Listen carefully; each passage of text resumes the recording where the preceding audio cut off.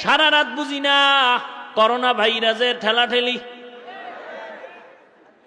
হ্যাঁ, মানুষ নাকি জমা হইলেই বিপদ।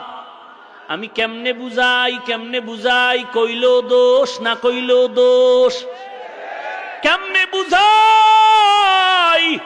ওরে মানুষ এক জায়গায় জমা হইয়া যদি বিড়ি টানে বিপদ, মানুষ যদি এক জায়গায় হইয়া জর্দা খায় তো বিপদ, মানুষ যদি নারী পুরুষ এক জায়গায় গান বাজায় তো বিপদ। কিন্তু কোরআনের মাহফিলে এক জায়গায় হলে বিপদ হবে না, বরং এই বাংলা থেকে বিপদ মোনাজাতে দূর হয়ে যাবে।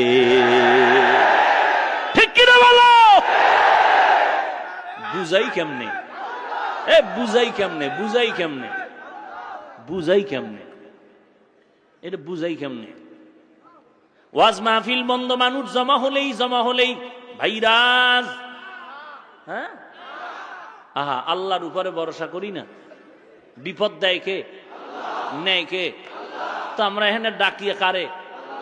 তো আল্লাহরে ডাকলে যদি আল্লাহ বিপদ দেয়, তো এখানে কেন ঘরের মধ্যে দিতে পারে না? কথা বলেন না কেন? যাই হোক, বেশি বললে বিপদ, বুঝেন নাই? আল্লাহ সবাইকে হেদায়াত দান করেন। হ্যাঁ, যে সমস্ত আড্ডায় বসলে গাঞ্জা খায়, ইয়াবা খায়, মদের বোতল, বিড়ি, বাম হাতে চা টানে, ডান হাতে বিড়ি টানে ভদ্রলোক আছে না নাই? এরে ভাই, আবার কি আড্ডা করে নারী আর পুরুষ, পার্কে পার্কে আড্ডা, নারী আর পুরুষের কনসার্ট হয়, নাচ গান হয়, হয় কি হয় না? এ সমস্ত গুনায় আমার আল্লাহ খুশি না বেজার? এই রকম আল্লাহকে বেজার করলে বিপদ আসবে, রোগ দিবে কে? আর যারা আল্লাহর বান্দা, এতগুলো মুসলমান গাজীপুর চৌরাস্তা, চান্দনা চৌরাস্তায় বসে, এখানে কত গুনাহগার আছে, আবার কত নামাজি, কত পাগড়িওয়ালা, কত সাদাদারিওয়ালা, কত হাজী সাহেব, কত আলেম ওলামা। এখানে যদি মোনাজাতে এক ফোঁটা চোখের পানি কেউ ছেড়ে দাও, ওই চোখের পানিতে আমার আল্লাহ খুশি।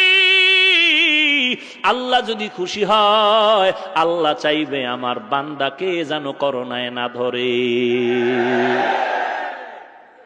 কেমনে বুঝাই? আল্লাহ সবাইকে সহি বুঝ দান করেন। এরে নবীর উম্মতের দল, পরিবেশ পরিচ্ছন্ন রাখেন। এটা সরকার কইব কা? রাসূল না বলেছেন? হ্যাঁ, আত-তুহুরু শাত্রুল, বা সবাই জানেন। কিন্তু নিজের জামার দিয়ে তাকায় দেখেন কি অবস্থা। টুপির মধ্যে কেন ময়লা? দৈনন্দিন কেন সুন্দর করে গোসল করেন না? সাবান লাগায় গোসল করবেন, বাথরুমটা পরিষ্কার রাখবেন। এটা আমাকেও আমি বলতেছি, পরিবেশ সুন্দর রাখেন, পোশাক আদি সুন্দর রাখেন, ময়লার থেকে নিজেকে হেফাজত করেন, বাড়ি গাড়ি সব সুন্দর রাখেন। অনেক রোগ থেকে আমরা বেঁচে থাকতে পারবো। আল্লাহ সবাইকে পরিচ্ছন্ন পরিবেশে চলার থাকার তৌফিক দান করেন। তা আগাবো সামনে। আহা, রাগ করতেছেন? এই যুবক, রাগ করো। রাগটা কি? এত রাগ কা ভিতরে? কি যাবি কই? রাগ লয়ে যাবি কই? দিলটা দিয়া মানুষকে লাথি মারা শিখলি, বুকে টানা শিখলি না? এই জিব্বা লড়াইয়া কত গালি দেওয়া শিখলি, সুন্দর ব্যবহার কি আব্বা আম্মা শিখাইল না?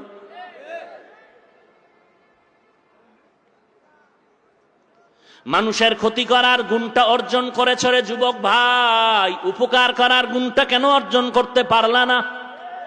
ও যুবক, তুমি মনে করতেছো আমি গরিবের সন্তান, আমি একজন হাতুড়ে ডাক্তার হইয়া চিপাগল্লিতে আমি জীবন কাটাবো, না না, তোমার দিলটারে বড় করিয়া রাখো। আল্লাহ জানে তোমারে দিয়া দেশের খেদমত কি নিবে। আমার দিল চায় আমার যুবক ভাই, তুমি স্কুলে পড়ো, কলেজে পড়ো, ভার্সিটিতে পড়ো, তোমার একটা টার্গেট নিয়ে লেখাপড়া করো। তোমার আব্বা আম্মার টার্গেট আছে তুমি ডাক্তার হবা, তোমার টার্গেট তুমি ইঞ্জিনিয়ার হবা, তোমার টার্গেট তুমি একজন প্রফেসর হবা। কথা ঠিক না? ওই টার্গেটে পৌঁছতে এখনো 10 বছর। কয় বছর? ওই বছর পেরিয়ে গিয়ে আর সামনে তোমার টার্গেটে উঠতে তোমার আরো অনেক সময়ের দরকার। এই সময় তুমি বাহাদুরি করলে হবে না, তোমার আদর্শ সুন্দর লাগবে আর মুরব্বীদের লাগবে দোয়া। অতএব আমার দিলটা চায় দেশের প্রত্যেকটা যুবক এমন হতে হবে যে দেখবে সেই যেন দিল খুলে দোয়া করে। অন্তত এতটুকু যেন বলে ছেলেটা খুব ভদ্র, নম্র, সভ্য, এটাই দোয়া।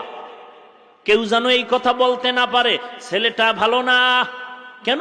বলে ছেলেটা অমুকের দালালি করে। ছেলেটা ভালো না কেন? ইমাম সাহেবের গালি দেয়। ছেলেটা বেশি ভালো না কেন? বলে অমুক মুরব্বির সাথে খারাপ ব্যবহার করেছে। আমি চাই না, আমি চাই আমার প্রত্যেকটা যুবক ভাই স্কুল কলেজ বুঝি না যেখানেই থাকো, নিজের আদর্শ নিয়ে আগাও। কোনো পক্ষ বিপক্ষ হইয়া কারো দোয়া কারো বরদোয়া নিয়ে চলিও না। আল্লাহ না করুন তুমি যার পক্ষ নিছো হে যদি দাড়ি কামানেওয়ালা টুপি ছাড়া সুদের ব্যবসা করে, সে দোয়া করলেও হবে না, বরদোয়া করলেও হবে না। আর যার বিপক্ষে তুমি চলবা, ওই লোকটা যদি দাড়িওয়ালা তাহাজ্জুদ পড়ে আর সে যদি কষ্ট পায়, চোখের পানি পড়ে,